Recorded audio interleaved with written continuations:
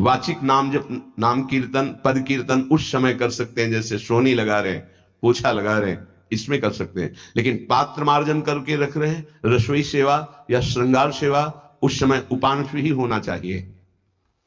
जब सेवा से निवृत्त होकर हम एकांत में मंत्र जप कर रहे हैं, तो ये चार बातें नहीं होनी चाहिए मंत्र जापक में या नाम जापक में। उस समय जिस समय हम बैठे हैं, पहला, नाम जप या मंत्र जप में जो ही हम माला प्रारंभ करते हैं तो सदगुरुदेव भगवान को प्रणाम करके मौन धारण करते हैं जब तक वो माला ना हो जाएगी। अत्यंत आवश्यक होने पर भी माला पूरी ही करनी है, तब बात करनी है मंत्र जाप में। ये नियम होना चाहिए। अगर ऐसा नहीं है तो फिर माला पुनः आपको प्रारंभ करनी पड़ेगी, उसे पूरा करनी। बीच में रोक कर बात करके फिर आगे, ये नहीं चलेगा, ये दोष माना जाता है। माला पूरी होने तक वार्ता नहीं हो सकती। बोलना बीच में, पहला दोष। दूसरा, इधर उधर देख ऐसे माला जपने, मेरुदंड सीधी, नासाग्र दृष्टि ऐसे। जिसे नींद आने की संभावना है वो आंख मूंद के भजन करने मत बैठे। नहीं, कंबल या शाल ओढ़ा, आंख मूंच ली तो माला छूट जाएगी और आपका समय व्यतीत हो जाएगा नींद में, ऐसा प्राय होता है। कठोर आसनों पे बैठ करके नींद ना आवे इसलिए नासाग्र दृष्टि रख के जब किया जाता है, उस मंत्र का ध्यान करते हुए आंख खुली हुई, बार बार पलक झपकना ऐसे ऐसे, ये नहीं, नासाग्र दृष्टि रखते हुए मंत्र जप करते हुए बोलना नहीं। जैसे 11 माला का नियम दिया है गुरु मंत्र का, तो जिनकी विशेष विशेष सेवाएं हैं, जब आपको समय मिले, जितना मिले अधिक से अधिक आप मंत्र जाप करें। जब आप आसन पे बैठकर मंत्र जाप कर रहे हैं तो बोलना नहीं है, माला पूरी होने पर ही बात करें अगर कोई अत्यंत आवश्यक है। दूसरा, इधर उधर गर्दन हिलाना देखना ये नहीं। मेरुदंड सीधी, आंख खुली हुई, आंख मूंद के नहीं जपना। एक महाभागवत की पत्नी निरंतर भगवदाकार वृत्ति में रहती थी। उनके पति जब पूजा में बैठते तो आंख मूंद करके बैठते, ध्यानस्थ ऐसे। एक बार उन्होंने पूछा, प्रभु आपके आंख मूंदने और आंख खोलने में अंतर पड़ता है क्या? तो उनका पड़ता है। तो बोले आपकी पूजा अधूरी। हम चाहे बाहरी दृष्टि में हो या आंतरिक दृष्टि में हो, एक ही चिंतन होना चाहिए, आंख खुली हो या आंख बंद, तभी सच्चा उपासक है। तीसरा, हिलना मंत्र जाप के समय, ये कीर्तन में हो सकता है, पद गायन में हो सकता है, लेकिन मंत्र जाप के समय हिलना नहीं, ये नहीं। गर्दन घुमाना, बात करना। चौथा, हंसते हुए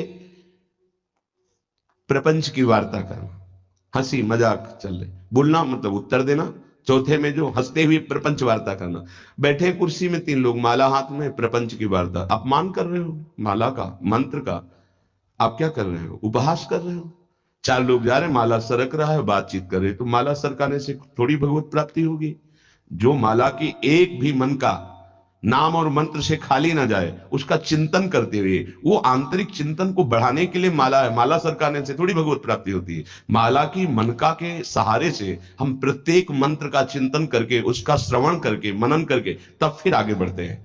ये थोड़ी की जल्दी जल्दी, किसी किसी की माला को तो देखते हैं कि इतनी रफ्तार से कैसे चल सकती है। अगर हम केवल राधा नाम भी जपें तो इतनी रफ्तार से नहीं चल सकता, क्योंकि हमें लिखना है राधा राधा। फिर अष्टादशाक्षर मंत्र या द्वादशाक्षर मंत्र, फिर इन मंत्रों को तो कैसे आप इतनी जल्दी, कैसे बिना अक्षर मात्रा दर्शन के कैसे आप मन का सरका दिए? 11 माला बहुत होते हैं। अगर जिस पद्धति से कहते 11 माला कर लो तो बहुत जल्दी मानसिक सिद्धि प्राप्त हो जाए।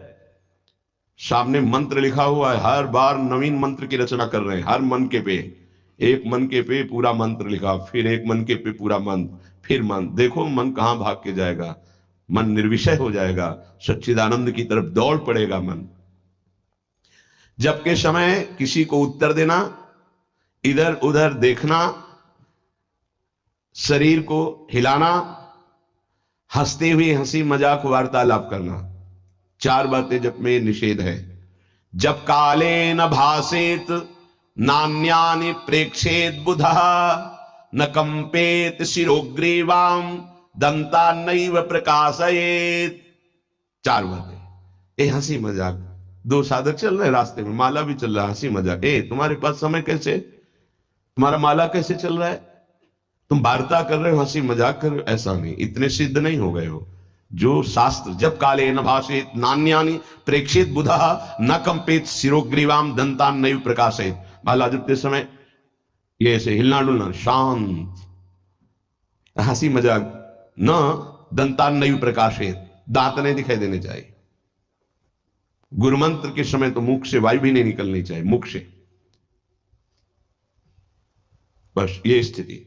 थोड़ा दांतों के बीच में जगह है, जिह्वा का अग्रभाग ऊपर के दांत के जोड़ पे है, हल्की सी नाक की श्वास से मंत्र का उच्चारण है, उसी का श्रवण है, और नेत्रों से दृष्टि में हम देख रहे हैं। भगवदाकार मंत्राकार वृत्ति करनी है।